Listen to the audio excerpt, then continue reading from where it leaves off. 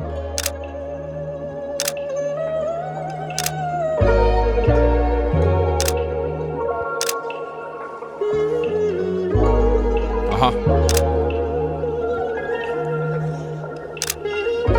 it's Cartel.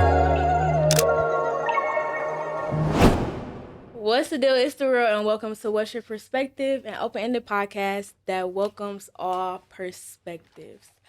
So today I am here with the multi-hyphenated hip-hop artist, entrepreneur, model, content creator, and all around just dope-ass individual, JayKartel.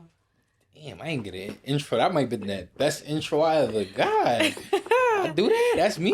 Yeah. Yo, what's poppin', man? I'm happy to be here. Good shit. How you feeling today? I'm feeling Gucci. I'm comfortable right now. We got a little champagne in the air. You know what I mean? We just vibing. Cheers. Cheers to this episode.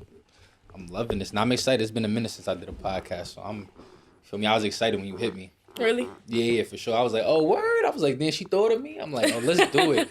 I was like, let's do it one time. I was hyped. Yeah, I'm like, I'm coming to New York. I might as well tap in. I'm like, yeah, it's on. I'm excited though. I'm not gonna lie. I feel like I have a lot of questions, but I don't want to take us down like a rabbit hole of Jay. Like I feel like we're gonna be talking for like hours, cause you do a lot, like a lot. It's high key, high key. You do a lot of shit, literally. And I appreciate it. I've just been working. You know what I mean? Just different lanes. I've been just tapping into different lanes, and I don't know, just doing whatever like it's fun to me. That's it. Really? Getting bored doing the same thing. So, really? And that's just what drives everything you do. I just go wherever like the wind take me for real. Whether it's like music stuff, content stuff. I mean, it's dope. I just kind of just vibe. But you know, now I've been like kind of locking it into like 3 or 4 different things, just so I'm not like all over the place and inconsistent with a bunch of different stuff. So yeah. Yeah, so what were you doing before that was like, that had you wear all these different hats? Originally, like, from the beginning of time, I, like, DJ'd. I started DJing when I was, like, 10. So that was, like, my first, like, thing. And then I played ball pretty much most of my life. And then I was in, like, sneaker resale. So I used to have, like, a sneaker store. I used to resell sneakers and, like, clothes and all that hype beast stuff. Yeah. And then on top of that, I did, like, acting for a little bit, and so I just kind of from the beginning of time I just been into like so many stuff that like when I got older just transitioned into like always being in just different lanes. Yeah, no, that's dope as hell, and that's crazy that you mentioned the reselling, because obviously like I listen to your music, and it was a bar that really stuck out to me, because this is something that actually happens to me. So the bar was, "Kiss my ass if you thought my mom's bought me these shoes." Oh yeah, for sure. Yeah, and that's crazy, because I feel like a lot of people when I was growing up like they thought like my mama was getting all this stuff for me. Like, no, I was hustling. Like I've been working for a long ass time. So that just brings me to what I want to start off with, just your upbringing, your foundation. Like, so just elaborate for me, like what was your life like up to this point? Yeah, so for the most part, like, so I was born in the Bronx, and then I moved to Mount Vernon when I was like 4, and then I spent like a bunch of time between just like the Bronx and Harlem. And then both my parents is immigrants. My dad's Surinamese, which is in like South America. Nobody ever knows where the hell it's at. Yeah. And then my mom's is Trini. So you know, like both of them coming up here, they both like, I'm a first generation like American. So like, oh wow, my mom's and them coming here, they didn't really know about like J's and all this other stuff. And then like I moved around a lot, so like most of the time I was in like a school for maybe like 2 years max up until I got to like high school. And then I lived in like LA for 3 years. So I just moved around a lot. Yeah. So just with that, you know, it's just so many different like cultures, so many different styles that like, you know, my mom, she was figuring it out, and you know, like she didn't really know about all this other like trendy stuff that like most of the kids in my school is up on. So when I'm like, yo, I need these sneakers, and then I need these sneakers, it's like, yo, you got one pair. I had one pair of sneakers. You had a school shoe to like run around and play ball, and you had a dress shoe to go church and whatever events. That was it. So at some point, I was tired of getting picked on, so I was like, I had to figure it out. So I started DJ. That's how I ended up getting into like DJing and then sneaker reselling, just so I could like get it on my own and like not have to ask my moms and all that. And then it just kind of kept going from there. Yeah, no, that's dope. So since you've lived in all these different places, what do you feel like has contributed to you the most? Like what culture? Or what city culture? New York, for sure. Like, New York is home, like, forever. I've been here most of my life. Like, I lived in Cali for 3 years. I lived in North Carolina for, like, my college career, so we're like 5 years from like 17 to like 22. Yeah. But like yeah, so always New York. It's like New York is me, like Yeah. through and through. Like all the other places I live, like it's cool. I think it gives me more perspective, but Yeah. like influential on me is like definitely New York, hands down. For sure. For sure. So just moving on to music. So I really admire your music. First of all, I just want to commend you on that. And I feel like a lot of people will like label your music as like woke because you only talk about real shit, which I feel like is very commendable, especially like in today's day and age. Like a lot of people just talk about tone guns, ass, titties, Yeah. women that starts with the B word. So so yeah, like I really admire that, and I feel like your bars kind of remind me of Hove and kind of like a little mix of Nas. I don't want to gas you up too much, but I am but I am gonna always give you your props. And I feel like your flow is kind of like a Russ. I don't want to compare you to anybody, but when did you decide on like what kind of artist you were gonna be, and which artists have been like your biggest influence up to this point?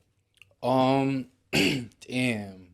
I think like what kind of artist I want to be just kind of like came naturally. I think like from the beginning of time I was in my own lane. Like when I was doing like the sneakery something, nobody was really doing that. Nobody was really like DJing. So I always been like outside of my lane, and I always been like on some upper echelon shit. Like I always been on some like super fly shit, super luxury shit. So like when it came to music, I kind of just like kept that, and then you know, like most of like my influences around music was like Nipsey, Cole, Tory, Davies for sure.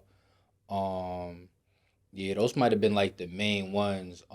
Sue Surf, so I feel like that's why it's like super rappy, but like super fly. Rick Ross. Yeah. All right, Yeah, and then like Drizzy, of course. Like I feel like if you can't say you an artist and not have a Drake influence in some type of way.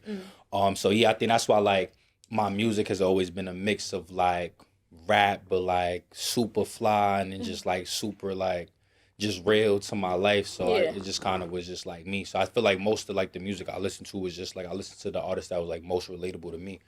And they said Russ too. I fuck with Russ. It's crazy because it's like crazy ass story. So like Russ got a Discord. Yeah. He got like a Discord group that he do, and like sometimes he be popping in there. He be like chatting with like his fans and stuff. So like wow. my homie who put it on, one of my college roommate, he the one who like really put me on the Russ, because like Russ is his dude. And like one time I'm in the Discord and like yo, I get on the chat and I'm like yo, like I'm an artist, woo woo, like yo, tell me what you feel about like my gram or whatever. And then like just to kind of get him to go to my gram, and he was rocking with it. I remember like right after that, he was like, yeah, now like this is super authentic. Like he not doing too much. Da da. I remember like it's funny. Like right after I put out that Perspective, which is the song that you referenced, I had that video up there and he was rocking with it. I remember like right after like everybody in the Discord started following me. My shit probably went up like 700 followers. Like That's right after dope. that. Yeah. So it's just crazy. Like yeah. No, that's damn.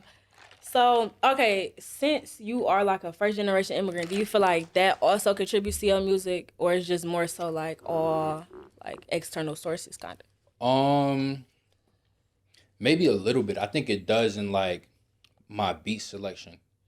I think just because like my mom's being Caribbean, like it's like soca, reggae, so and I DJ for so long, so I always been tapped into so many different like genres of music and different artists, like you know, just by nature doing that. That like when it comes to like my beat selections, it's kind of like I'll rap on something R&B or like I'll rap on something Afro and still figure out to like make it real but make it fly and like make it relatable and tuned in. Yeah, so I think that's like the influence on that side. But in terms of like, I mean, the story, I guess like the music is just a product of like the story in itself. No, that's dope. That's dope. So, honestly, okay, I don't want to mess up the flow, but I do want to throw this in there. So, do you think, since you do make the type of music you make, which is authentic, is real, is woke, do you think that this will be the generation that will end good music? That would end good music? Yes, like raw music and just kind of turning the music industry into like a raunchy type of vibe, or like not so in tune with themselves, just more so talking about like gang banging, violence, drugs, stuff like that. Nah, I don't think anything could ever end good music. I think like every artist you got a niche. You gotta find your niche. You gotta dominate your niche. Like, you know what I mean? It's all about like your lane.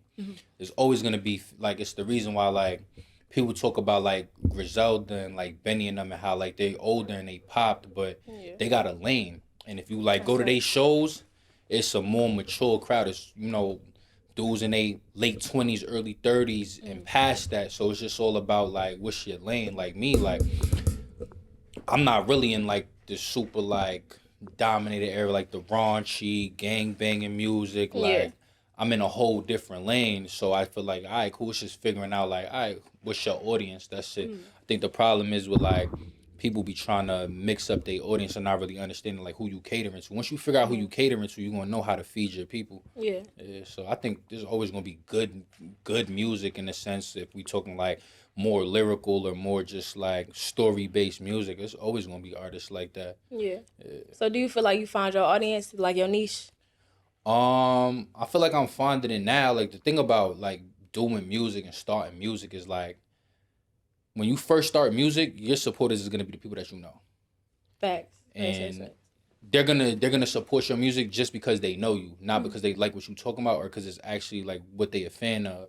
Once you kind of like break past that, then you start, okay, cool, like this person like what I have to say, and you're gonna realize like the people that know you, they gonna stop engaging with your content. It's gonna be the people that really like what you're talking about, whether it's like music content or my lifestyle content or whatever. It's just always gonna be the people that relate to it that's gonna start gravitating towards it. And then once you like keep feeding that, then like you're gonna be it's gonna just start to grow over time, because like your friends will share it, but they're sharing it with like their people. They're not sharing it with like your niche. But the people who like find you and like what you got to talk about, they gonna share it with like they friends who's into what they into and who got like common interests. And then that's how I feel like it's been like starting to grow in that way. Yeah, no, that's dope. That's dope.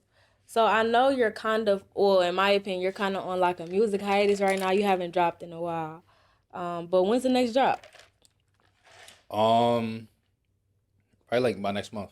Oh, really? Yeah, we shooting a video next weekend. I don't know when this episode dropping, but we shooting a video like real soon. And then we gonna put that out. Like I feel like I wanted to put out other music, but I had a song in mind like off the hiatus that I wanted to drop. And the video's like planned. It's already set in stone, so we about to shoot it. Everything's already put together.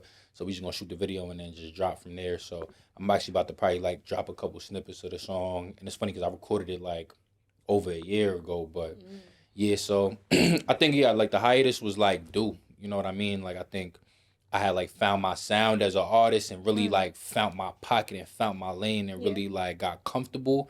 So then it's like now like my catalog wise, it's kind of like I had to hit a reset in a sense and like, okay, cool, now that I found where I'm at, let's make music, you know, according to that. And now it's like, okay, cool, I'm confident with the music. Like I actually like listening to my music now. Like before I made music, I was like, all right, cool. But now it's like, yeah, let me throw that on. Like, you know, I made music that I actually want to listen to. No, so, that's dope. That's dope. So hiatus is soon over. Love to see. I love to see it. And okay, so with that being said, you've never dropped a full body of work. Like you only dropped like singles. Yeah. So is an album coming or EP? No, not right now. Like, it's funny because like I talk about that. I be telling like my other friends who do music, like I'm still a new artist. Like, you know what I mean? In a sense, like I'm still building what I gotta build and trying to get to where I gotta go. Nobody's gonna want to tune into 5, 6, 7 of my songs back to back. Like nobody's gonna listen to it. They're gonna listen to the first 2. And if I got a dope feature, they're gonna listen to the one with the feature. If it's somebody that they know. So it's just like it don't make no sense to waste the music and put out a body of work that like no one's actually enticed to sit there and be like, oh, let me go listen to 6 songs of his. It's like, nah, I might as well drop singles, build up a rapport, and then when I put out a body of work, then it's like, okay, people actually want to go and listen to it. You know what I mean? Like, it's artists now that I see, they put out EPs and I'm not listening to the whole thing. Like, I don't know you. I'm not a diehard fan of you. You gotta really be a fan of somebody to want to sit with their body of work. But like I have songs that's already ready for a project, like features, big features, like features with people with big followers, big markets. Like it's there already in the tuck. It's just like, all right, cool. Let me build up my singles and really build up my fan base. So when I do put this together, it get its just doing. It don't just go to waste. Yeah, I feel that. Especially, I think that's really important, especially because you don't want to just essentially gain traction off of their clout. So I definitely feel that. I admire that. So What advice would you give to somebody that's in a similar position to you? Like the same thing, like the same cadence, like just build up your portfolio and then drop an album once you have traction?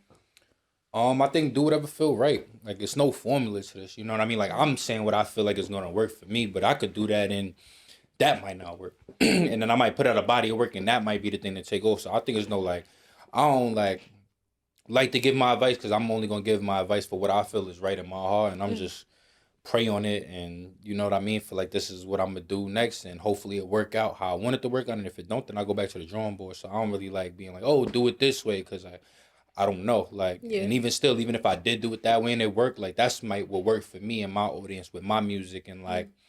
Cause my music is sometimes a lot to digest, and honestly, like it's funny. Like I play my music for like my friends or like other people I know, and they don't even catch certain stuff. Cause it's like I do be talking mad fly talking there that like some people might not experience yet or might not really even understand what like certain stuff is. So like to put Yeah. out a body of work and try and get somebody to digest it, like that's a lot. Like Yeah. so that's how I look, and that's how I look at like some of the artists that I look up to. Like they work, you know what I mean? Like you got to run it 2-3 times. Yeah, facts. That's crazy because I always do that. I feel like I have to listen to a body of work or a song or whatever it is at least 3 times before I can judge it. Like Yeah. at least 3. That's crazy. But honestly, okay, I've been waiting for this question to come up because I've been waiting to get your perspective on this topic. So, what do you feel like, or excuse me, what is it like to be from a city where people go to make their dreams come true? And do you think coming from a city where everyone goes to make their dreams come true kind of interferes with yours?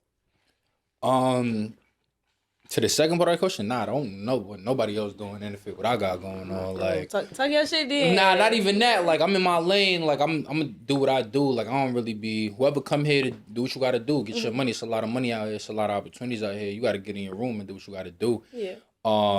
Being from this city though, like when you from any city, right? Like, and you grow up somewhere, you always gonna be confined. Like, it's people that's like from where you from that don't never leave their neighborhood, and it's people Facts. who travel there and go out there and see all the tourist stuff. It's a matter like when you from somewhere, you gotta learn to break outside of like what's known to you and actually like really experience your city. I lived in New York my whole life, and it's movies that get shot here. It's models, it's fashion brands, it's all type of stuff. And guess what? Like we'll still run the Dykeman every weekend. We don't never go downtown past Harlem and go to the city and go see what they partying over there. Like it's two different worlds, right? Like you gotta remember, it's mad rich people that grow up here, Upper West Side, Upper East Side, Tribeca.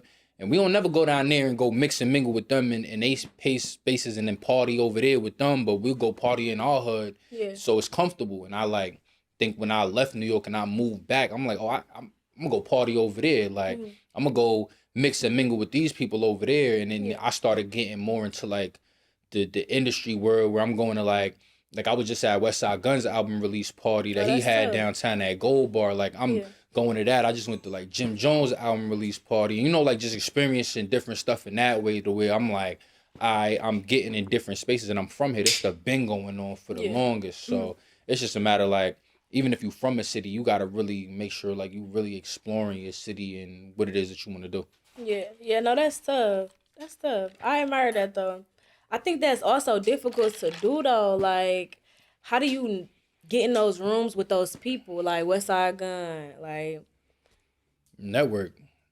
You meet people that, and you just try to form relationships. I think me, like, I don't know, I'm a laid back dude. Even when I do pull up places, like we met at CultureCon, like I went over there and I was just chilling. Like, I'm not really like, some people that get in the room and try and talk to everybody. It's not me. I kind of just take whatever energy gravitates towards me and conversations will spark naturally. And for that, you know, you just try and build meaningful relationships. I think like with that too is like, it's uncomfortable, like especially just like being black and from certain cities, you get kind of uncomfortable with certain stuff like that. But even when you meet somebody, like it's really in the follow up. It's not really in the networking and in the meeting. It's really in the follow up. Yeah. So when you know I meet people, kind of follow up with them and just kind of try and build a rapport, and it's like, yo, I got this going on. Pull up, and it's just about making that move. And the biggest thing I learned with that is just like you gotta bust those moves dolo.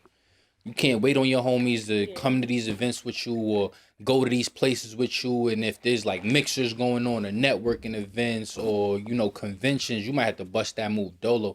And I think like me personally, I used to wait for my home. Yo, you pull up with me here, pull up with me there. And they don't want to come. So I'm like, all right, fuck it, I'm not going. It's like, nah, when I learned to start busting the moves dolo, shit started happening. Yeah. No, I agree. That's crazy. I feel like that's literally what happened, like, in my personal life. Like, I don't know. I honestly, like, let me just share my perspective on that real quick. Nah, like, go. Honestly, I completely agree with you. But I think it's also isolating when you start doing things by yourself and you start getting all these opportunities. Like, it really is lonely at the top. But at the end of the day, you'll have everything you want. So do you think it's more so once you're at the top or once you're at a comfortable place in your life? Like, how do you feel about that? Like, being at not necessarily where you want to be, but at kind of like the midpoint. I feel like we are at like very early points in like whatever avenue, whatever lane that we in. So do you feel kind of isolated right now, or do you still feel like you in a place where you can, contact your peoples, but you're not, as busy as you could be or will be one day?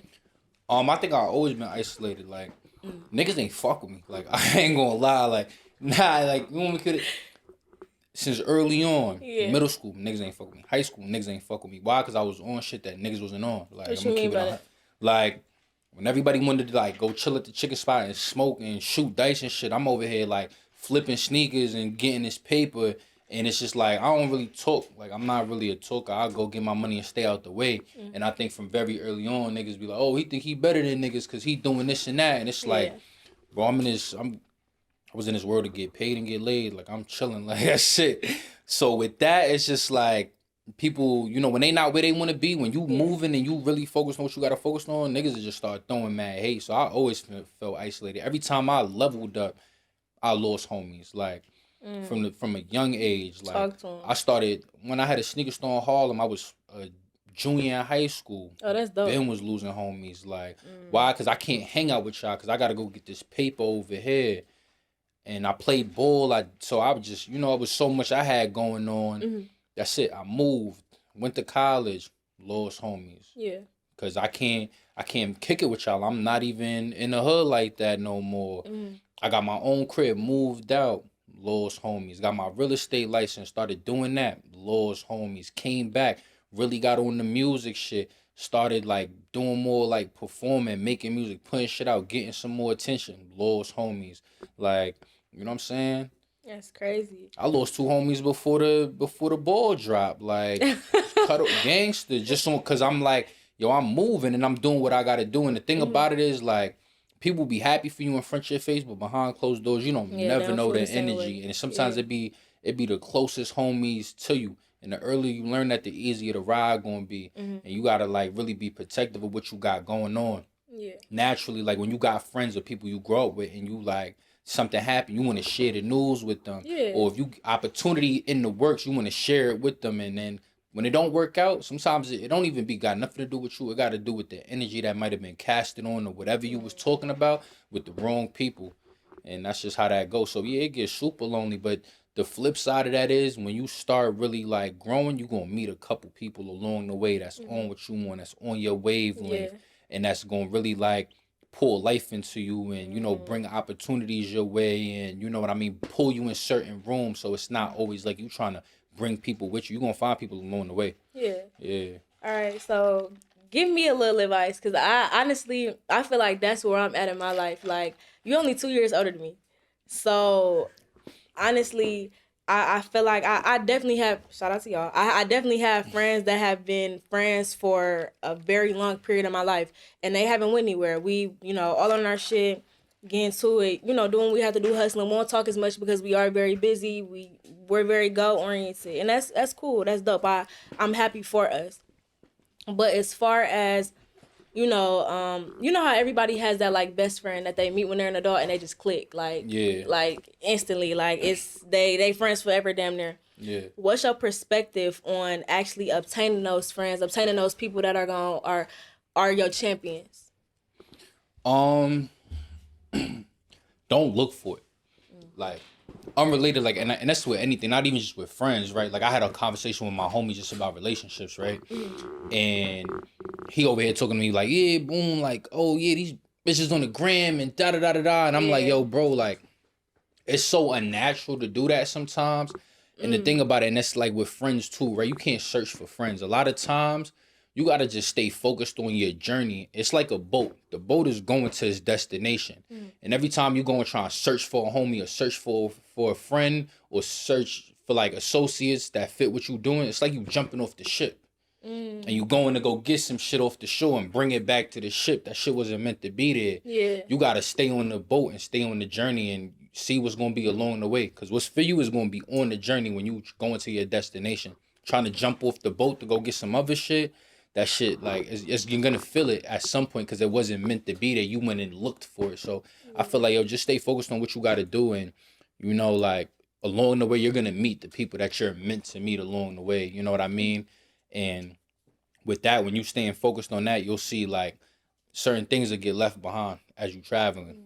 And it'll make room for what's meant to be there as you keep going. And that's cool. Like, you gotta just get comfortable with that. Only other advice I would say, I'm one of the people who I call everybody out, checking on all my homies. Yeah. I stopped calling. Facts. And my phone don't ring as much. I got homies I stopped calling, like, literally, and not even on nothing petty though, because like, you'll call your peoples all the time, pour life into them, pour into their cup. Fuck a cup. Yo, niggas is coming outside with buckets now. Like, nobody's coming outside to pour into my cup. No, they're telling you pour into their bucket. And when you pouring into these people bucket, by the time you look around, ain't nobody put a drop in your bucket. So stop calling these people. Like, literally, like, stop calling. Watch how much your phone don't ring anymore. And then you're going to really see who with you on this ride and who really care about your well-being and if you making these moves and if you going the way you got to be at. Hey, no, I needed this. That's funny because I stopped doing that shit. Nobody called my phone.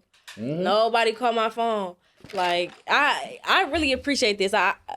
Look, I ain't gonna lie. We not done yet, but this is probably my favorite interview. I'm not even gonna hold you. I feel like I really needed to hear that. I appreciate you. No, look, I might call you and check up on you. Shit. Nah, listen, my phone always open. It's on. I feel like we always have good conversation though. So it's cool. It's love. So, just speaking back to, you know, your music. So you had the opportunity to perform at the REVOLT Summit. So how did you come across that opportunity and what was your experience like working with REVOLT? You teasing already, like. Nah, because that's crazy. Now, you really did your research, and it's crazy. I feel like I haven't done a lot, but then I hear stuff like that. I'm like, damn, I did a lot, and I really don't even talk about it. You have. Like, that's why I'm like, you don't know who you are? Like, on some real shit. Like, you've done a lot. Yeah, I don't really feel like that all the time. I feel like I just be so focused. Like, it'd be like cool. Like, I'm not really one for like the accolades. I feel like I did that cool. Like, that's done. Like, what's next? But the REVOLT thing was literally like, me and my homie, we went out there. And I remember we got there early. I'm really like on point. Like, so we got out there early. As soon as the doors opened, we was able to sneak the camera because they wasn't letting people with cameras in. But we got there early, right? And so McDonald's has an activation where it's basically like, they have like a booth set up and it was basically telling people like, yo, like, you go in there, rap, do whatever it is you do. And we pulling people for the, like, cause it's a 2-day event. So they're like, yo, we letting people like perform on Sunday if they pick you. So he was like, what you do? I'm like, I rap. He was like, well, you know, like, if you want, come back later and we could do it. I'm like, nah, let's do it right now. He like, you ready? I'm like, yeah. And then I literally spit like the first verse from a song I ain't even dropped yet called Ask About Me that my man Sav, the Genius, produced. And I literally went in there, flat champagne, left it out, but I still drank it. Watching all these D1 bullets, think I could still take them. Moved out, it's been 2 years, ain't missed the rent payment. College holes all on my body, I think I feel famous, like, just like that. And then I, like, closed it out, and niggas was like, oh, shit. Yeah. So then, the next day, Sunday, me and my mans, we in the Uber on the way, and I get the email, like, yo, you been selected to perform. So I'm like, oh, word? Say that. So I'm like, damn, when I'm gonna perform, I perform some other song called Don't Embarrass Me that I ain't dropped yet. Just cause I wanted to test it out on the crowd and it was a little more like mainstream and like sing-songy. But yeah, so then Sunday I ended up jumping on the stage with a couple other dope artists. I think I went like second to last. Yeah. And personally I feel like I killed it. Like, you know what I mean? Shout out to the Oracle Media is the one who like put that together and they like was in charge of that activation, and they did that whole segment. But yeah, I killed that shit. I'm not gonna lie. Like, I don't know. I always been a natural performer, so even when I started, everybody was chilling. I was like, I'm gonna need everybody from up there, like, pull up to the front, like we about to get right, like. And yeah, I performed that shit and it went off. And then when I got on stage, like, man, people was just like, yo, what's your gram? Do. But I think like at that point was that I hadn't put out a lot of music, so like. I didn't really maximize that opportunity in the sense of where like I could have gained fans off of that, but I didn't really have nothing for them to go check out because I performed a bunch of unreleased shit. But that's how like the Revolt thing came around. But it was really dope. Like, you know what I mean? It was really on some like I was telling my homie after, like, that line for everybody who auditioned for that was long and running the whole Saturday deep, at least 500-600 people. And it was like, I think 5 of us that got chose. Like, oh wow. Yeah, and this was Revolt Summit 2022. I think this was like 2022. But yeah, so after that I was just like, damn, out of all these people that auditioned, like I got chose. I'm like, all right, I'm on to something. I need to really lock in. And that was like an eye-opening moment for me because everybody walking around like, oh, I rap and I this. And it's like, all right, cool, go in there on audition and then like let's see what's really good with it. Yeah. But yeah, so now that experience was just like super dope, and I definitely like met a lot of dope people from that experience after that. Nice. So is music like your main goal? Like, I don't know, do you still DJ or no? Okay. I stopped during the pandemic when they stopped partying. Nah, niggas still partying for sure. Well, nah, it's more so nah. I mean, I ain't gonna lie, I was outside during the pandemic. Me too. I was outside. Hell so, you know, yeah. Speaking of that, you just went to Paris, bro. Like, dog, you was it niggas in Paris. Like, niggas in Paris. So how was that experience? It was cool. That was my second time in Paris. Oh, really? I went dolo this time. Like, I was on a solo trip. Yeah, I was wondering, but I didn't want to be nosy. Yeah, I wasn't with no sneaking link or nothing. I was dolo in Paris. But it was vibes. I really went to Amsterdam first. Cause like, so my dad's from Suriname, which is like the only like Dutch colony in South America. Yeah. So I got mad family in Amsterdam there. So I grew up going out there. So I really went out there just to kick it. But I'm like, I'm gonna shoot to Paris for a couple of days. And I really went out there just to go shopping and drink champagne and chill. Like, the love champagne. Like, I literally was just chilling, eating escargot, drinking Moet, like in the middle of the day by myself. That's a vibe. That's tough. Yeah, just to get a peace of mind and get a break. Like, honestly, I recommend everybody take a solo trip. Like, lifestyle looking different after you do that. But yeah, it was a vibe. Like, I didn't really do too much. I chilled, I ate, I went shopping. I went to a little party. I went to a little boat party out there. Oh, that's tough. Yeah, I was just vibing, like, just, you know, soaking up some culture, whatever. I didn't really do nothing touristy. I ain't go see the Eiffel Tower, the Louvre, Arc de Triomphe, nothing. I was just like, I'm gonna just vibe out with the people, go eat, go shop, and just cool out. Oh, that's dope. That's dope. You definitely well traveled for sure. Yeah, for sure. For sure. So just moving on to content creation. So what drove you to get into like content creation, and what kind of content do you make? The content creation shit. Damn, what got me into it? Damn, that's a good question. I don't even remember what really got me into it. I think like at first I was like, I always been in the film. Like I got a production company, so I always been into like film and visuals in that way. Yeah. And I'll be seeing some of the content, like I could do that, like you know what I mean. And I think when I first started getting into it, I was really just trying to like. I was really trying to just pop, like, do just content, you know what I mean? That I felt like, all right, cool, people's gonna fuck with. And then it kind of just became into, like, me doing, like, my content, you know what I mean? Like, little shit that I was into that people didn't know I was into. Like, I remember, like, one of my first videos that, like, really went off was, like, in terms of engagement. Damn, champagne got me burping. Was, like, I was in the crib in my old loft, like, repotting my plant. And niggas was like, yo, you fuck with the plants? And I'm like... Yeah, nigga, you don't got no life in your crib. Like, y'all just got walls and ashtrays in y'all shit. Y'all niggas don't got no plant life in here. Like, y'all niggas got me fucked up. So, like, when niggas seen that, it was like, oh, nah, he different. And so I started doing that. I started doing the workout content because, like, I've been an athlete, so I work out so much. So, I think I just started doing it, like, gradually just show, like, outside of music, like, this is what I do. Because I don't really talk a lot. So, I think, like... that was the best way for me to give people a little bit more like my personality and my life in that way, doing the content thing. than like me getting on the internet and speaking. Like that ain't really my vibe. Yeah.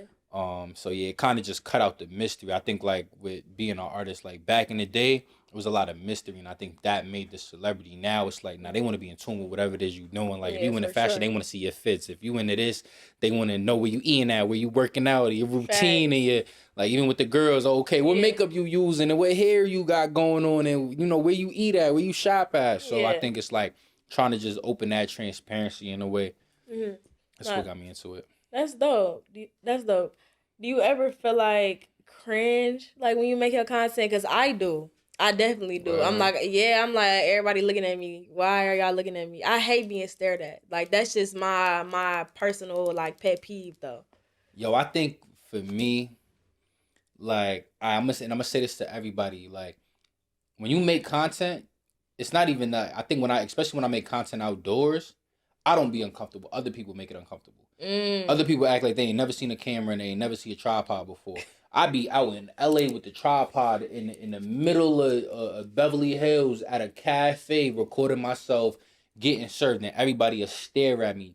That makes it uncomfortable when everybody else acts like it's some weird shit that you doing. I like that perspective. But nah, for me, like it don't never really be cringy to me like that. I think also because like I used to act when I was a kid, so like I was kind of always comfortable being on camera. Yeah.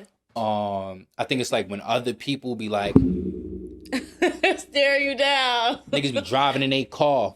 Breaking their neck though. Like that shit is like, so literally irritating. like about to crash. I seen somebody almost crashed one time. Like I was literally doing a photo shoot outside and the nigga was like boom and jumped the curb like literally on some shit. I'm like, yo, that nigga's acting like I've never seen a camera before.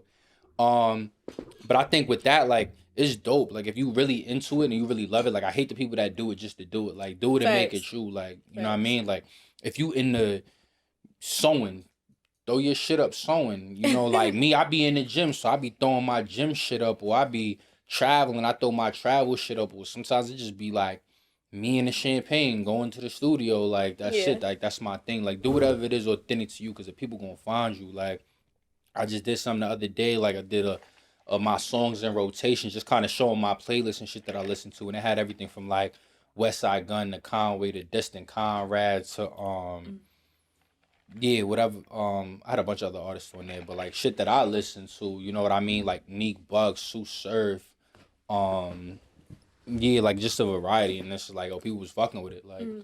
No, I peeped that. And that's crazy because I don't know why I just think like I'm the only person that listen to music, but I never heard nobody say they listen to West Side Gun before besides like my peoples. So that's crazy to me. Like I fuck with West Side Gun. I'm not gonna lie. Yeah, or Currency. You not Currency, sir. Yeah, you not a fly nigga if you don't listen to West Side Gun. You can't tell me you a fly nigga if you don't listen to West Side Gun. And the thing I feel like you gotta be a fly nigga to really understand it, cause you not gonna understand what he's saying. This thing on the last album said the Dolce robe matched the stove. The Dolce stove matched the refrigerator. Like, if you don't know what that really means though, like you ain't even know Dolce and Gabbana make stoves and refrigerators, nigga. Like, you gotta really be a fly nigga and really had traveled the world and seen some shit to understand that Dolce Gabbana got the robe in the hotel with the stove and the refrigerator. You can't rap shit like that if you didn't see that shit. Like, no, you can't mimic that bar. You had to have gone somewhere, seen that, and put it in the song. So, yeah, I fuck with West Side Gun Gangsta. Yeah, you talking your shit this interview, though. It's tough. For sure. It's the champagne. I ain't gonna cut. That's silly. So, what is it like being a man in, like, the content creator space? Like, I know we kind of talked about this earlier, but, like, I feel like niggas really be hating, like, oh, that light-skinned nigga think he, so, like, making content. So, how you feel about that? Like, what's it like being a man in the content creator space? If a nigga hating, 9 times out of 10, his girl don't like my shit. She done like my shit, whether it was the video with the fucking plant or me at the gym in my Gymshark long sleeve. So y'all niggas better stop fucking hating, because I promise you your bitch like my content. That's what it's like being a nigga in the content creator space. I do this shit for the people that really fuck with it. Most of my audience be women, they fuck with it. I ain't gonna lie to you. I don't even know if niggas be hating, but like I don't really pay attention to shit like that. I don't know if a nigga hating or not. And if a nigga hating, I know why he hating. Like But it's cool. Like I think I'm really like a stereotypical urban nigga. Like I'm not gonna cap. Like I'm really a nigga. So me doing it, like sometimes people fuck with it because I be really putting my own flavor on it. I don't really be Yeah. trying to like make it super like Like buttoned up. industry or Yeah. super button up, white Mhm. collared, Yeah. or like super just like classy and clean cut. Half my shit be getting taken down. I be cursing too much, or like the For music I real? be having in my hell Oh yeah, they be yeah. fucking my shit up. I Mm. just posted shit the other day. They said your shit is not eligible for the For You page. I'm like, damn, that's What? crazy. Yeah, Oh, that's TikTok. It's different. yeah, on TikTok, yeah, they TikTok be be on that. Instagram too. They be fucking my shit up. Like, oh, you're Really? not eligible to monetize because you're profanity. But I just be like, yo, fuck it up. What? Yeah, but so I'm trying to work on it and find the fine line so that like the content that I do make reach the people that it gotta reach and not Mhm. limit myself. So I be kind of like, figuring that part of it out. Yeah. But it's cool being the dude in this space. I think I'm really like a visual and I'm really like a creator. Like I do most of like the video production on my production company. So like Mhm. I'm really like a cinematographer in that way. Mm. So I think it's just dope. You know what I mean? Aside from that, like people see my content and they fuck with it. And with my production company, sometimes it's not even like I do like bigger productions where I'm doing like commercials and stuff for like schools, or I'm doing like marketing campaigns for like small businesses. But Mhm. it be like people that hit me and be like, yo, I want to do something like I want to do an Instagram reel with this and that. So like they'll hit me whether it's on like my business content or just like my personal content. They be like, who shoot that? Me and the tripod. No, nobody shoot it. Yeah. Yeah. So it's Yeah. cool. No, that's dope.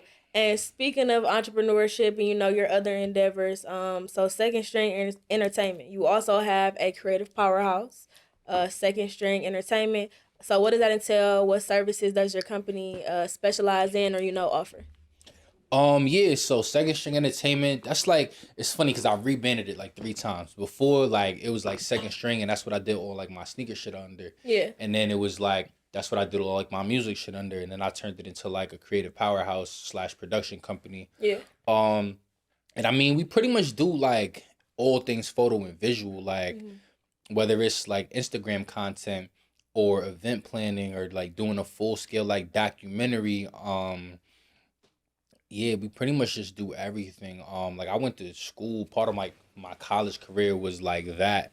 Mhm. Like I was a comm major, but I took like media production, film and media aesthetics, and yeah, we pretty much just offer like photography, videography, like multimedia production, marketing campaigns, social media management, event planning, Mhm. um, and yeah, so we pretty much do everything in that space. Yeah, and that's just like that's my shit. Like I'm not gonna lie, like I made more money off my production company than I made in music, and I've been in music longer. Like, That's dope. but it just go to I think just show like if you an artist, you gotta have another lane. Like if you think you about to live your life just making music, you Don't got work the like you got that. this shit fucked up. Mm. Like you better have a lane. You better use that advance and get you some real estate or start you some type of business that's gonna bring in some incomes. If you think you about to just get rap money forever, like Mm. nah, like I could count how much money I made. I made more money off of content creating in my production company than I did in music. Like for sure. Like Oh wow. for Have sure. you been able to capitalize off the content creation? Like how if the answer is yes, like how did you go about that? Um Honestly, with that, like, it gotta come to you. Sometimes you could hit up brands, and if Mhm. they like what you already do, they'll collab with you. Yeah. But like, um, shout out to like my like I shout out one of my homies. Let me not even call him my homie. It's a dude I went to college with, Mhm. but we was in class together, and his pop make watches out of China. He's just right here. Damn, I forgot the name of the company, right? But like, he just like I'm doing like promo for them with like they watch company. So he's from Guangzhou, China. And the watch is basically like it's made from like sapphire crystals and everything. So he Mm. sent me this, and it just kind of fell in my lap. Like people Yeah. like what you doing, and that came off of like the little Fenty thing I did the other day, just like showing Mm. off that Fenty lip balm that they collab with like ASAP on. And he was Yeah. like, "Yo, can you do this like for my pops brand, like whatever?" And like so brand deals coming like that. Sometimes it just has to like just come naturally. Sometimes you have to do shit on your own for free, and other people will like what you doing and be like, yo, I want to tap in with you. I want you to wear my merch. I want you to put this on in your next video. I want you to like promote this for me. Um, so yeah, I think that's just kind of like what it is and how it comes in the content creating space is just like networking. Sometimes it's reaching out. Sometimes it's asking for a bag. Like, yo, I fuck with y'all brand. Like, can we make something happen? Like, this is my content, this is my numbers, this is my engagement. Like, let's see what we could do. And it's either like one thing my mom's always told me from early, like, you just gotta ask. There's only two things they could tell you, yes or no. Facts. Gangster, like, Facts. And like even with like my business, that's how it's been. It's like, yo, I do this. Like, you feel me? If y'all need this, let me know. And it's either yes or no. Yeah, no, that's dope. And speaking of that, shout out to Ghetto Kids. Okay, dopest merch in the city. Shout out Cam. But with that being said, since we are so on the topic of entrepreneurship, how has the process of building your business been while maintaining all of the other hats that you wear? It's cool. Starting it like a lot of shit I had to put on the back burner. You know, even music. Like that's why like the music hiatus really don't got nothing to do with the music. I do everything with like me starting my business and getting everything like afloat and setting that foundation. But getting it started is cool. I think like being like an entrepreneur is kind of one of the things. The earlier you start, the faster you'll fail, the faster you'll figure it out and have a successful business. And like I remember like I was in college and one of my professors, he was just like, yo, like most entrepreneurs don't really succeed till they third or fourth venture. I'm on my third or fourth venture. It's about that time, huh? Yeah, you know, it's definitely about that time. Like, and it's funny because I never like took an L in business in that way. Like I always profited when it came to business. Yeah. Whether it was like me DJing, me having a sneaker store, now me having a production company. I did clothes for a little bit, but like I didn't really like the clothes show was cool. Like people fucked with it, but I did it just like to make some bread. Not really because like I gotta, you know, like I really wanted to make a clothing brand. Now I do. I'm gonna get back into it eventually, but yeah, it's like one of those things. Like the faster you start, the quicker you'll fail. You'll learn the lessons, and then you'll find ways to like be successful. Just start.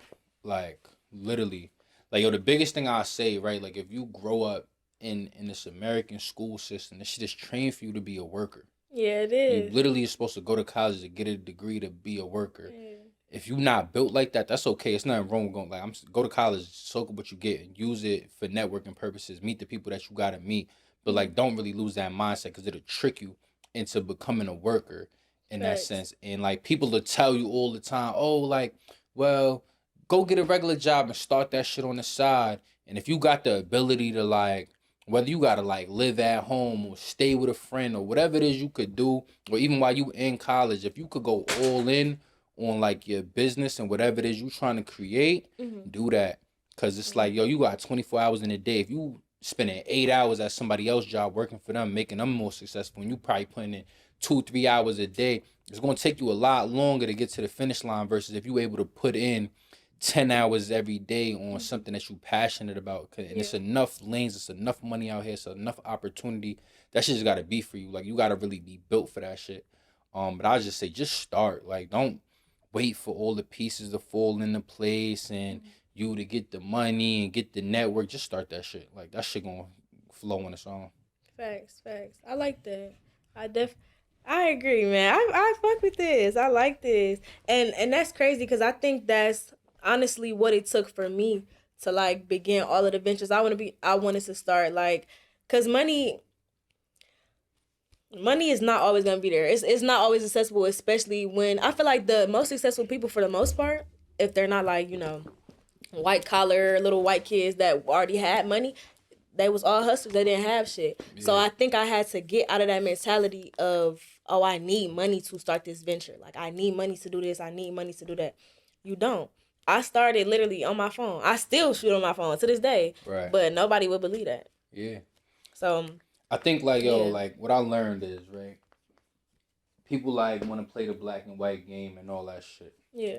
But most of these like kids that come from privileged backgrounds, right, when they finish going to school or whatever, they have access and the ability to sit there and not go work for somebody else, and they families allow them to sit there and be like, you know what, I'm gonna give you the space to go all in on whatever it is this idea you got.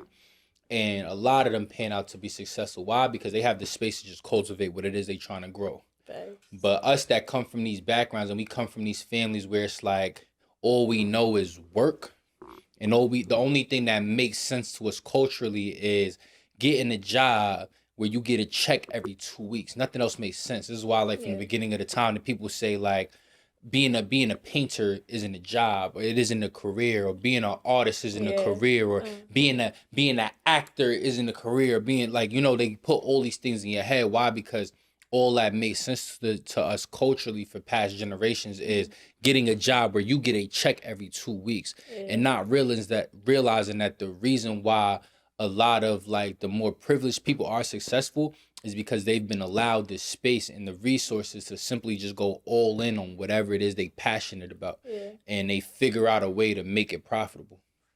No, that's crazy, and I think that's really valuable, because I feel like you was kind of shading me, even though you don't notice. Like I didn't become a painter because they don't make money. Like, I always thought painters didn't make money. Then I got older, and now I follow people on Instagram that make these 20, 40-foot murals. See? I'm like, oh my gosh, I should have kept painting. I didn't even know you paint. That's crazy. Yeah, literally, I'm an artist. I have a freelance company that does graphic design. See what I'm saying? It's money out here. You could paint, throw it on Etsy. They buying the canvases. Like, facts, don't trip. Facts. You could make bread out here doing whatever. Like, you just gotta put yourself in this space. You could literally sit there, paint a picture, put it on Etsy, or get a digital print, put it on Etsy, and they gonna be doing digital downloads, or get a Canva link, and they gonna pay for that. Like, it's money out here. It's just, you gotta, you know, put the time in and give yourself the space to actually like allow it to like grow and build up, and just be consistent with it. Yeah, I also think times have changed though, so accessibility as far as like opportunities and stuff, I feel like they look a lot different as far as our generation. But our parents, I get why they kept their head down and worked, because people would tell them no. Like, I feel like I still have to make, personally, I feel like I still have to make spaces for myself to fit in, not necessarily fit in, but obtain more opportunities. But it's not not necessarily potent, but I don't have to push as hard. Like, I definitely have to make a space in that room. But like, my parents are older, so they, no niggers allowed type. Like, they could not get in. Like, you gotta knock on more doors. That's what it means when you can't get in. If you can't get in, you ain't knock on enough doors. Like, I don't think it got nothing to do with Instagram and nothing to being accessible. The problem is niggas don't want to get out here and do the work. Facts. Okay. Like, literally, all right, cool. When I had my sneaker store, right, I had a partnership with a clothing store, mom and pop clothing store called Wolf Style Clothing. It was in Harlem. It's on 132nd and 8th Avenue. Remember the Addy? Yeah, for sure. I was getting money over there. You gotta know where you was getting the money at. I know that's right. And I literally walked in there one day, and shout out, rest in peace to my man's Meech. I was 15 at the time, and I walked in there, I was like, mad clothes. I said, yo, I don't got no sneakers in here. Oh, cause it's so expensive to do the roof. I was like, yo, I got 100 kicks in inventory. Like, we could do something. And he's like, you serious? And I'm like, I pulled up on my phone. I'm like, this is my inventory at the crib. And he was like, yo, bring it through. Like, let's do something. It don't got nothing to do with Instagram. Sometimes you got to get up out here and really just put that work in and really get on the ground and do it. Like, people be trying to like, all right, I could use Instagram now. It's easier. It's like, it was still easy back then. You just had to really physically get your ass up, walk into places, talk to people. The problem is people don't want to talk to people. And it's like, if you a real hustler, you should be able to talk and sell water to a whale, salt to a snail. So it's not even got to be about accessibility. You just got to really go in there and knock on enough doors, and you're going to be able to get some paper.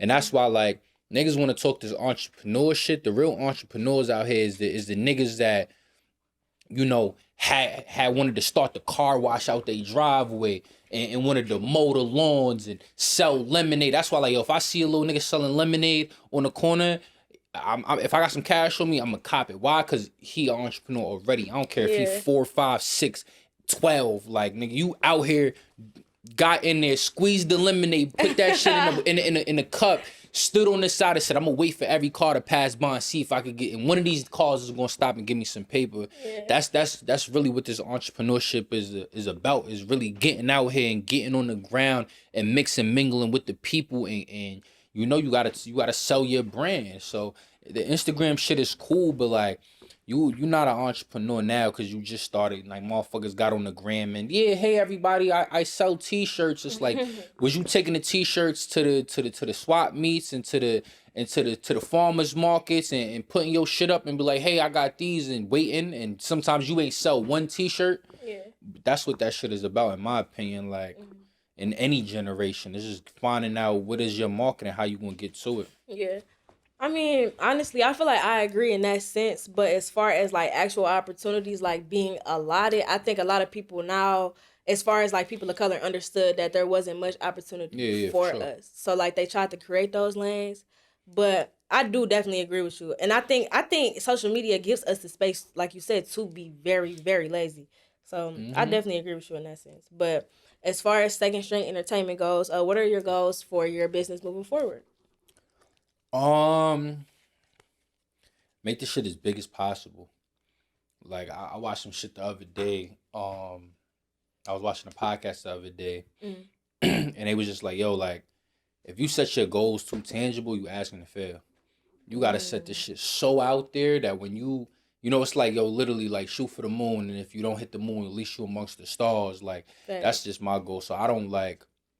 I'm just going up. Like however big we could take it. I don't really got margins. I don't really got like a big vision. It's literally just like make this shit as big as possible, as profitable as possible, as you know, acquires like as many consistent clients, do good work, do good business, you know, hit my deliverables with these companies that need productions and stuff done. Like, you know, like people be saying, like, oh, you do videography. It's like, no, I have a production company. I take visions, I see it from the beginning, middle, end, and then some. Like that's the difference between like a videographer and someone that's in production. You're really seeing something come to life. You're finding the other people that you need on set. So my goal is just to make this shit as big as possible, because I'm gonna hit a milli off my business before I hit the milli off of music. Like, and that's just what it is. Anybody who really into the shit, like, know that you gonna get more money off your own business than you are in like the music shit. At least like you can initially, you know what I mean? Yeah. No, that's admirable. I like that. And it's gonna happen for you. It's gonna happen for you. I love that for you. I appreciate that, God willing. Yeah, no problem, always. So as a multi-hyphenate, as a hustler, what do you have to say to people that tell you to pick a lane?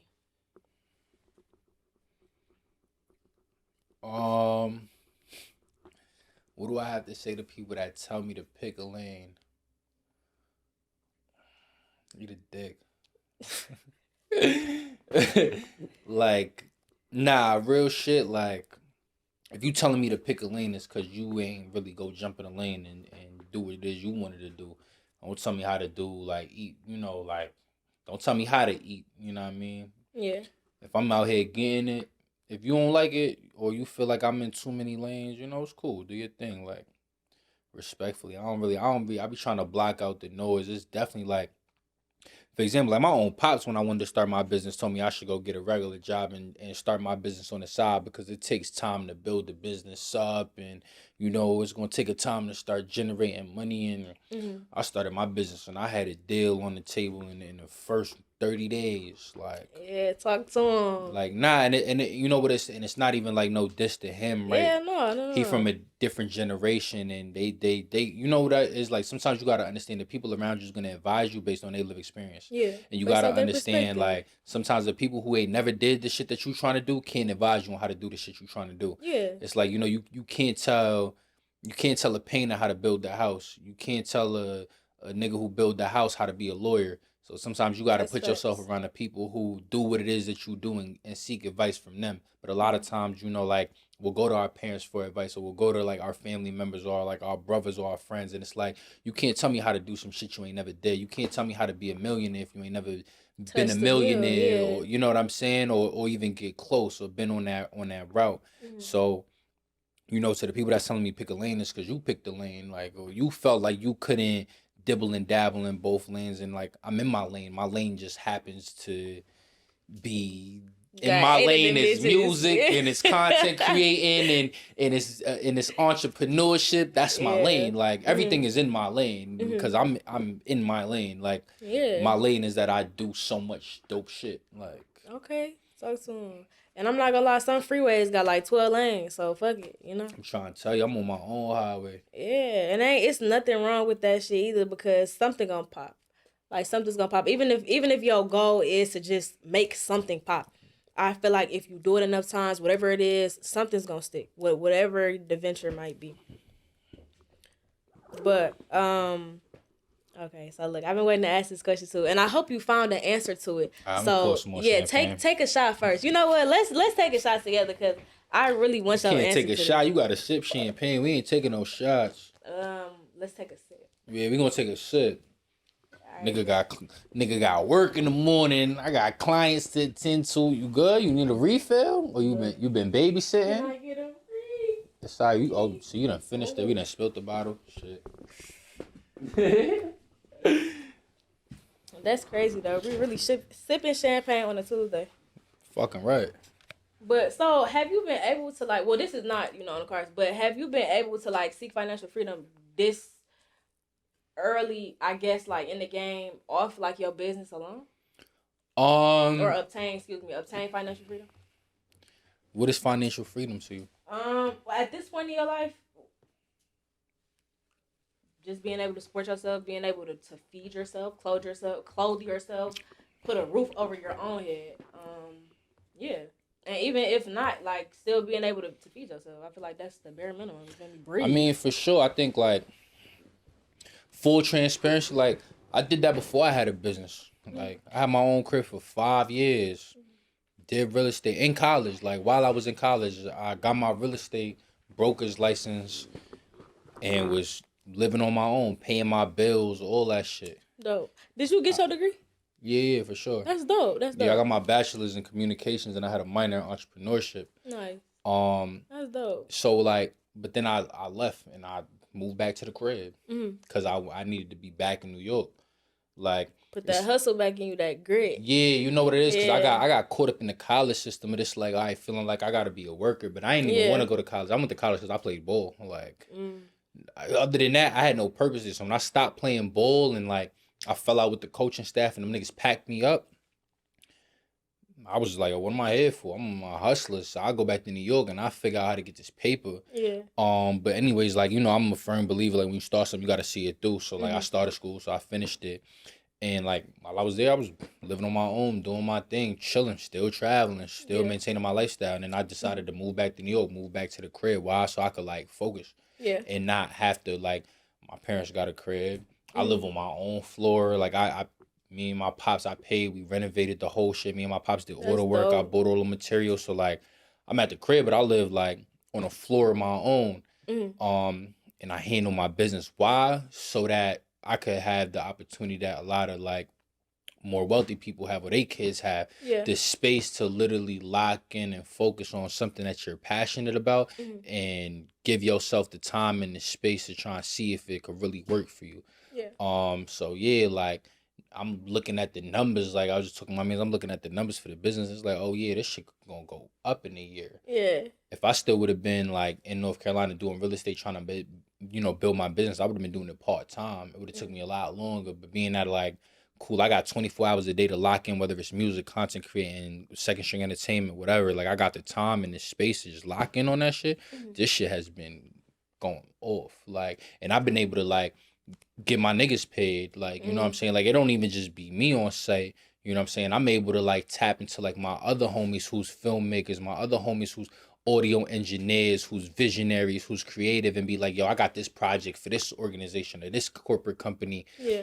Pull up. I need you for, I need you on set for this project. I need you to do this and that. And that's what that shit about.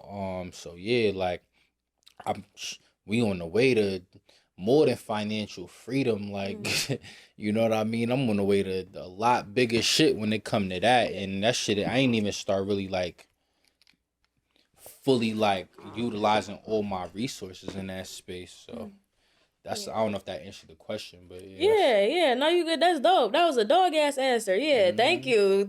Nah, niggas be fronting like. Yeah. It's like, yo, if you gonna live at the crib, I tell niggas this all the time, and I told my homie this the other day, right? Because my homie was talking about he trying to move out his mom's crib and shit, and I'm like, for what? That shit free.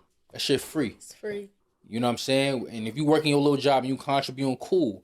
But nigga, you got a space where you don't have the pressure to worry about certain type of bills every month, and you got that ease off your mind where you could sit there and focus on your end goal and put yourself in a position to be able to give back.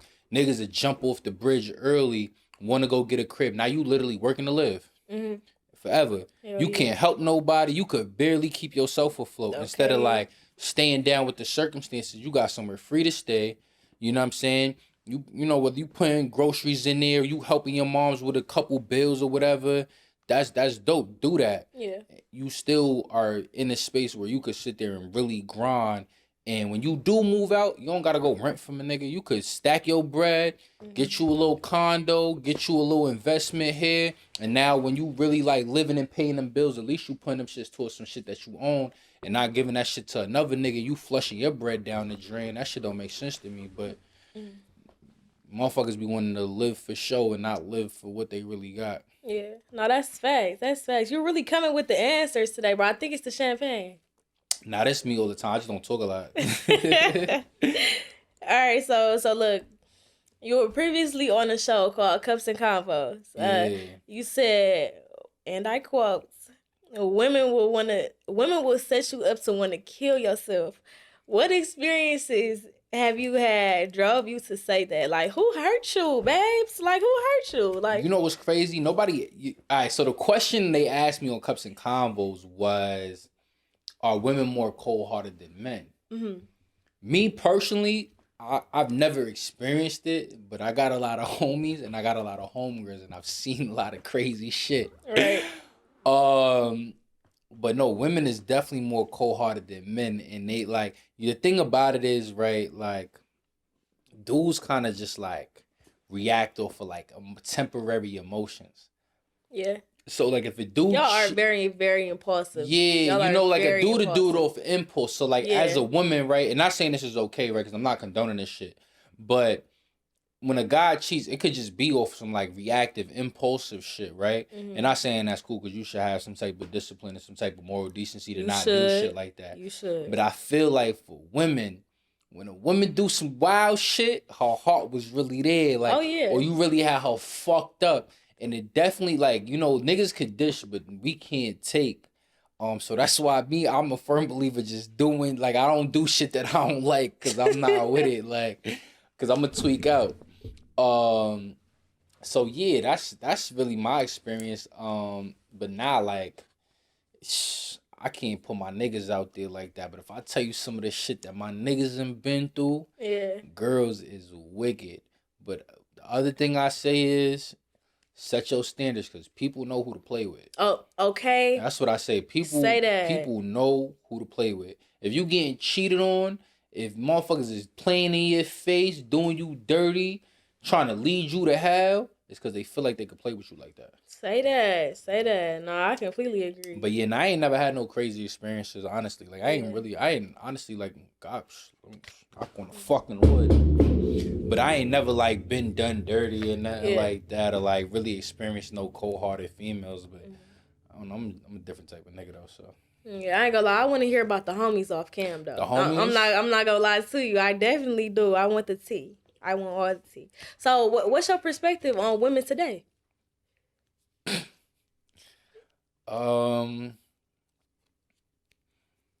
Type of women I deal with are great.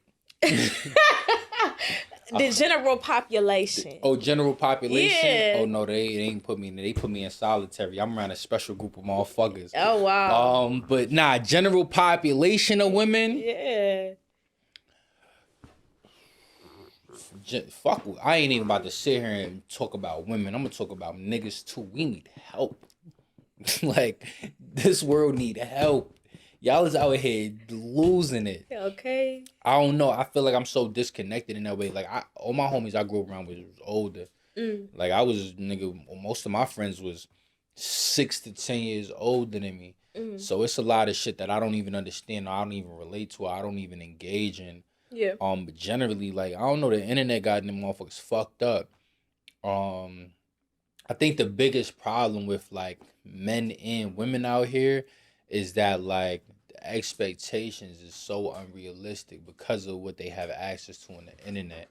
And I say this because like I'm 23, right? So most of my friends is 21 to 31, let's put it like that, right? But like for my friends, it's like getting out of college and like getting really getting they feet underneath them, and like getting their first jobs. You get out of college, you get your degree, you might be making 40, 50, 60, maybe 70 if you went into like a certain type of profession. You might have been at 80, 90, maybe a buck and change. Yeah. But at the same time, right, like you dealing with people that's really getting themselves established out here. And when it comes to the dating, where the expectations are so fucked up, where like motherfuckers want to go on trips or they want luxurious gifts, and it's cool. It's nothing wrong with wanting that shit, but it's understanding like who it is that you dealing with. You're not dealing with Drake. You not dealing with fucking a rookie NBA player that just got a fucking 7-figure contract. You dealing with a nigga that's fresh out of getting his degree, that just got his first real job, his first real salary paying job. You not going to Turks, mama. Like, I'm sure, you know what I mean? Or you dealing with like these scam. The other thing, I'm sorry, I'm gonna say this shit. Matter of fact, I'm gonna put my champagne down because I've been wanting to say this shit for a second. Y'all women gotta stop going off for the shit y'all seen these scamming ass niggas doing for y'all. Cause it's a bunch of scamming ass niggas out here stealing people money, buying y'all fucking gifts, taking y'all on trips. And them niggas is not winning. Them niggas is stealing people money. You heard? So now you going to the next nigga who a stand-up nigga who treats you right, got a good job, got a salary paying job, and you mad he ain't take you to Turks cause your other nigga took you to Turks. Well, your other nigga was stealing people fucking money to take you to Turks. What type of nigga you want to raise your kids? And that's the fucking problem. Y'all niggas gotta stop gassing these women up, having them going and getting a fucking body done, thinking that shit is fucking cute. You heard? Cause now you done sniped her. Now you mad that she done got this BBL and all these niggas is in her inbox, in her DM, trying to fly her. Or the scamming niggas is in her DM flying her to Turks. But you gassed her up and made her feel like that little booty that was fire. You made her feel like that shit was whack. That's what the fucking problems out here. Y'all need to figure out what the fuck y'all really want. And stop thinking what y'all really want to show on the internet. Y'all got me fucked up. And that's my one too. Hey, I mean, I appreciate the authenticity. I love the perspective. I could really go into the BBL shit, but we won't have enough time right now. Go into the BBL shit. Man, look, honestly, I support anything anybody want to do for themselves, but if you doing something because somebody on the internet, yeah, like, and on top of that, people, most of the time, women are getting this before they turn 25, like, babes, your hips didn't even spread yet, like, come on. That really be killing me. Like, I've seen, like, I went to Miami to not necessarily help them, but support somebody while they was getting their body done. So you fucked up. You should have left her there by herself. They was grown. Like, they was extra grown. This is somebody mama. You should have left somebody mama there by themselves. Why you somebody mama getting your BBL? I don't know. And that's the thing. She had all the men. Like, literally, like, men would be on her. I don't really know. I guess it was, something she wants to do for a while, but... Fuck, what's wrong with the niggas out here? What's wrong with the niggas out here? Yeah, because I don't want to sit up here and only be talking about women. What's wrong with the niggas out here, your perspective? So, honestly, my perspective on men is that they don't give enough. Like, even the men that are, like, making, $50,000, $60,000, $70,000 a year, like, that's fine. A lot of women don't even want the money. They want the effort. Like, they literally want the effort. They want you to be attentive. They want you to be caring. Like, nobody really cares about the money. It's a lot, for me personally, like, effort will replace all the paper in the world. Like, literally, like, a lot of men don't even pay attention. Oh, this her favorite color, or this, oh, she's allergic to this. A nigga will kill you on accident. Like, oh, this bitch allergic to seafood, I forgot. Like, nah, I took her to get hibachi. She got shrimp fried rice. Now she in the corner curled up dead. I don't know why. Like, bitch, cause she allergic to seafood. Like, it be stuff like that. Like, men aren't attentive, and I feel like along with the social media shit, like, a lot of men get caught up in that shit too. Like, oh, she not gonna fuck with me, so whatever accessible, like, they'll cheat just off the strength for them, like, thinking they girlfriend on that already. Like, y'all taking precautionary measures to some shit that didn't even happen yet. Or like I feel like a lot of men are also insecure because of the Drakes, because of the NBA players, because of Why the fuck is you? Alright, my fault. Nah, what you was gonna say? I don't really, and I don't get this shit. But maybe because I'm a different type of nigga, and you know what I think the other problem is? It's a lot of niggas out here who just started getting money or just started getting hoes. Facts. Look, you go ahead. I'm gonna get into that. Listen, man. It's a lot of niggas out here who just started getting money and just started getting pussy. And you is not him, my boy. I want you to know you are not him. Like, if you wasn't a nigga getting pussy with a white tee and a bummy fit, you not him. That little pandemic paper that you made stretch, that little scamming money, you not him. You is not one of them niggas. I'ma leave that there. And I feel you. Yeah. I feel you, because there's definitely a lot of dumb, goofy shit going on. That's really all revolved around insecurities and people not having good parents. I blame the parents. Yes. I'm not blaming the fucking kids. No. You can't do that. Why? Because at a certain age, you have to become aware. You can't just be a dumbass your whole life. It does not work like that. Like you even if you don't leave your city, like you're exposed to something that's kind of correct. Who your first teacher? Your parents. All right, cool. Look, okay, so we can. Who your first teacher? Your parents. Before God, before you at school, before anybody. Who's the first? As a woman, right? Mm-hmm. If you got a father, your father's the first example of what type of man you got to deal with. That's facts. As a man, your mom is the first example of what type of women you're supposed to deal with. Yeah. And that's your first sense of teaching. Mm-hmm. So gangster, right? This is why I be saying, right, like fathers is important in sons and daughters' lives, right? Because if you ain't never take your daughter to the movie theater, let one of these goofy 16-year-old niggas take her to the movie theater for some popcorn. It's going up. Because she don't know what that is. Yeah. It's foreign to her. Mm-hmm. If you been taking your daughter to the movie theater, when another nigga, okay, she's not impressed. Because she understands, okay, that's regular shit. Yeah.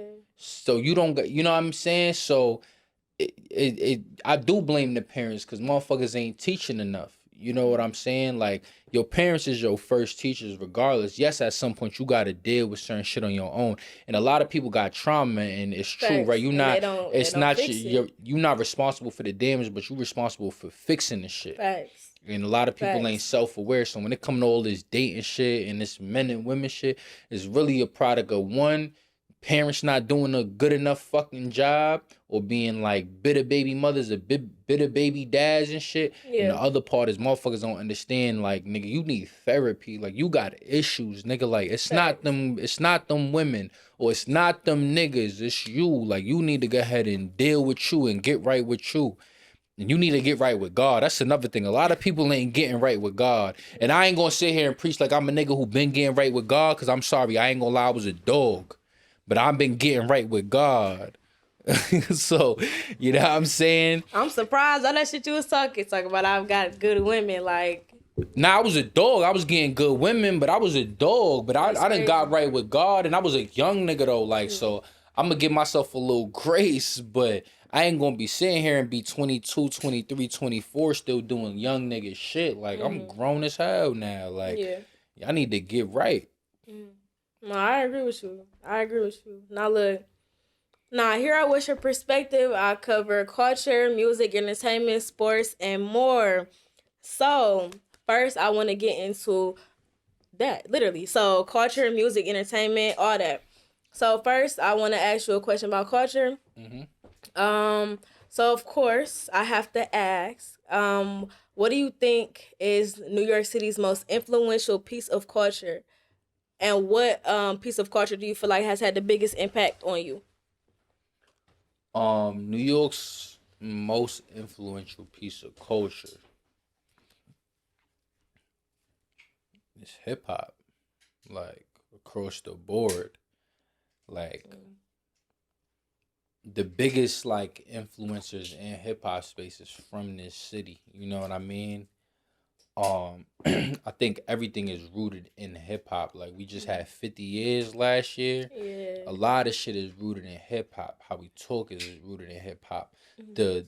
if you look at the commercials now that come from these corporate big companies, is still rooted in hip hop, is rooted in fashion. Like New York's most influential shit is hip hop. Fashion is a part of hip hop. Music is a part of hip hop. You know, community is a part of hip hop, right? Facts, Like, you know, facts, where facts. your city is a part of hip hop. So I think like, yeah, that's the best way I can answer it. That's dope. That's dope. So as far as music goes, which city has the best artists or music and why? You have to give a valid rationale, okay? What city has the repeat the question? Which city has the best artists and Mm-hmm. music and why? Artists or music and why? I really want to hear this. And if you say New York, you gotta back it up. Like I need a book from you, like literally. Um,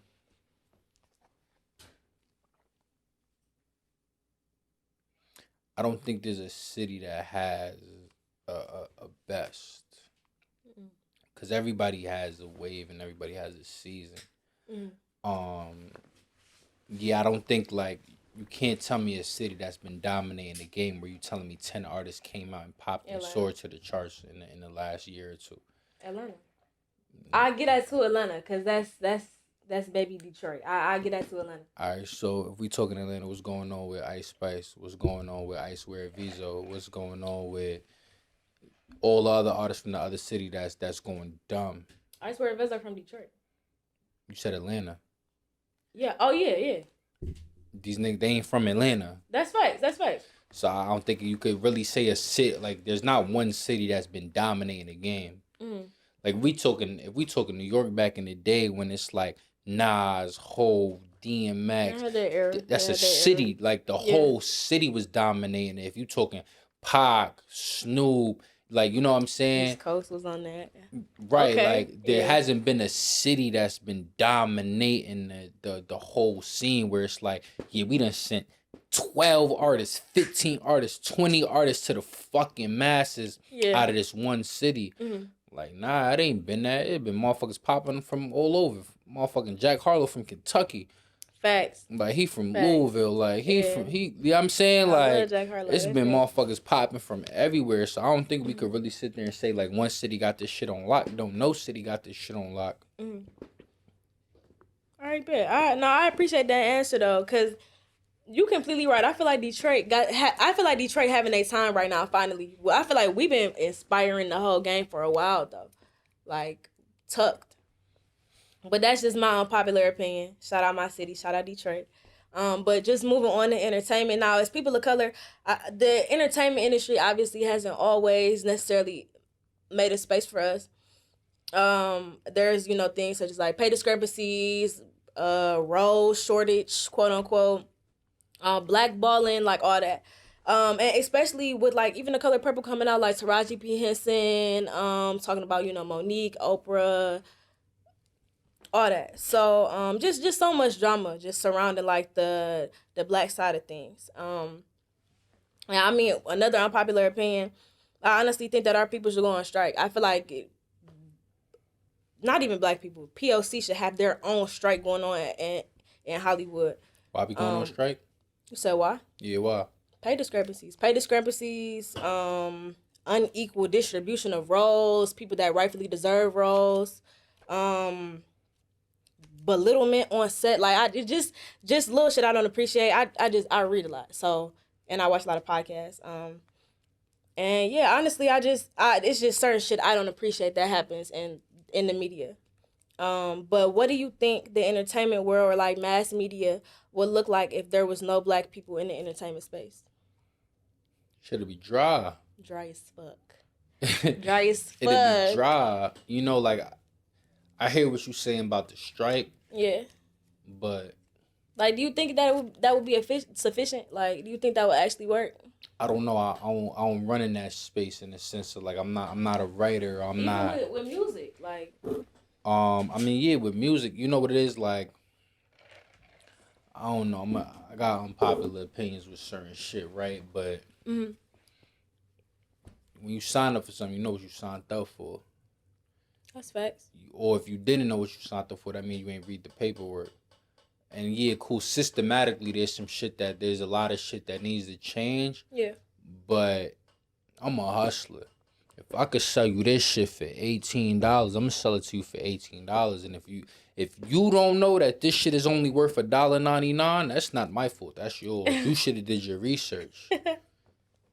So I'm never gonna knock a nigga for being a hustler, right? Unless if you ain't like lie to nobody, snake nobody. But if niggas ain't read the work or do they research, that's not on the motherfuckers who cut the deal. That's on the motherfuckers who signed the deal.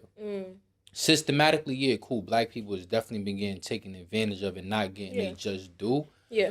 But when do we sit there and say, cool, we not gonna work with these niggas, we gonna work with our people? Because it's a lot of black production companies out here. It is. It's a lot of black film companies out here.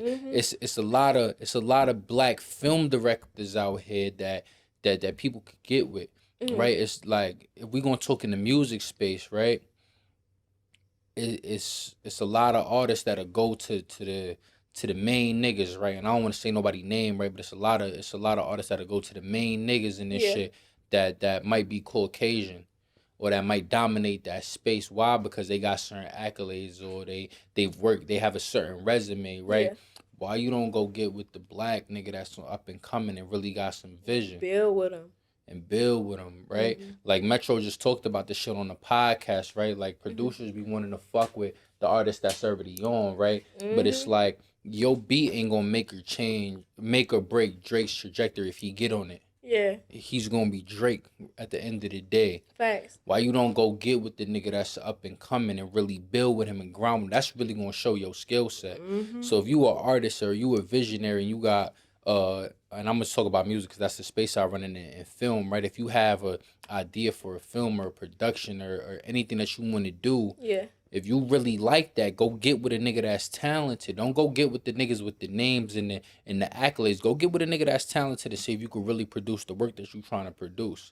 You know what I'm saying? Same thing with the content creators, right? Like, go get with the motherfuckers that's really out here coming up with the ideas, not the motherfuckers that's mimicking and capitalizing, right? Like, we keeping it 100, like, the D'Amello twins is the ones that really popped off the TikTok shit, off the dances, right? But they didn't invent them shits. They took them shits from somebody else, right? And that's been shown and documented. No, not because I fuck with the label that they was on, right? Like, they was signed to Hit Code, which is like, it's funny, I know though, like, the owner of Hit Code, which is Charles Goldstuck, right? But he signed the D'Amello twins, and they popped off TikTok because they took, like, you know, other people's inspiration and shit like that. Why we ain't go get with them?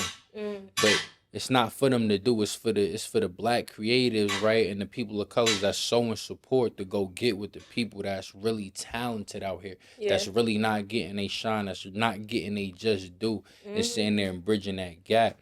So that's how I feel about it. No, that's facts, and I feel like it's very, very prevalent in hit kid stories. So as far as like him coming up with Glorilla and all of them, like that's I can. You said with who? With Glorilla. Okay. That's who produced like all the. I'm not even familiar with him. I gotta do my research. Yeah, type in. I think at this point I think he made a record with Drake, maybe. Okay, shit. But I mean, he's made big records at this point. But I mean, that's because he came up with somebody that was literally, made the whole city pop, or not made the whole city pop, made the whole summer pop for 2-3 years. Like Glorilla shit was, fuck nigga free was. What's his name? Hit Kid. Hit Kid. Yeah, he's a producer. Yeah. I think he still make all of that stuff. Like, he still produced for Gloss. He still produced for Glorilla.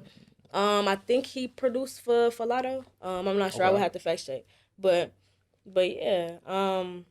What was you trying to say? We running out of these. No, you good. I'm at the end. At the end. Yeah, I was trying to like wrap it up. I didn't want to mess up your flow. No, you good. You good. But just moving on to sports. I know you don't watch like basketball anymore, but so this video will drop after the Super Bowl. But the Super Bowl is on Sunday. So who you got? Like, which team you got? I got Kansas City. We ain't even about the front. We already know what it is. We ain't gonna act like we don't know what it is. I'm personally like I'm a Bills fan right now. I'm not gonna lie to you. Now, that gives bandwagon. Nah, not even bandwagon. Like, I went to college with a lot of, like, I got really into football when I got to college, and like it's quite a few niggas that I went to school with that's in the league. Yeah. But after, like, I've been a Bills fan. I've just gotten into football maybe like the last like 3 years. And then I got a couple homies that's in the league. But yeah, we not going front like we don't know like Patty about to do what he gotta do. Like if your money ain't on Patty, you a fool. Man, look. So, but I'm not with I don't do the DraftKings, the prize picks, the parlays.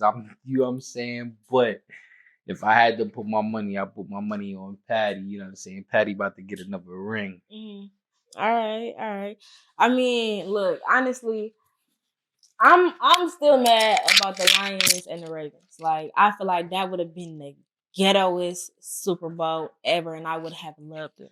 I would have loved it. I would have loved everybody pulling up in their mink coats, they buffs, shooting dice in the aisles. Not shooting dice. I would have loved that. That's heavy. I would have loved that shit. And I'm mad. I feel like the NFL was really being a little racist. I'm not gonna hold you because they didn't want to see us win. But that's cool. During Black History Month, that would have been the biggest. Y'all would have sold out the most. And Usher performing. Yeah, I think it's ill that the Ravens got like 3 black quarterbacks or some shit. I see some shit like that. I don't know. Yeah, I think I see some like post about that on the gram if I'm not tripping. But like all their quarterbacks like is all black. I think that's like the first time in like NFL history that's happened. If I'm not mistaken about the post I seen. Yeah, no, that's tough though. That's tough. Yeah. So look, so those were all of my questions. So those were all of the questions that I had for you today. But feel free, to let the people know where they can find you at, drop your socials, do your shout outs, all that. Yeah, man. Yo, I appreciate this. This conversation has been dope. This has been like the best podcast I've done thus far. It's been a vibe. Thank you. If y'all don't know me, I go by the name JayKartel. Cartel with a K. Instagram. Everything is at JayKartel. Have been on a hiatus. We about to start dropping music real soon. We back outside. Yo, I appreciate you hitting me up for real for this. You know what I'm saying? And I appreciate all the little research you done because I didn't even know you was gonna back out a bunch of those questions. And I told her not to tell me none of the questions. I wanted to be organic. But now this has been a vibe and like. And a year from now, after I drop some more, we really get shit shaking on the music, and we gonna sit back down and do another one, and we'll do the next one on your side. We'll do it in Detroit, wherever. Like you know what I'm saying? I'm with it. Bring me wherever to the trenches. I'm gonna come with the gang, and we gonna do another one. All right, bet.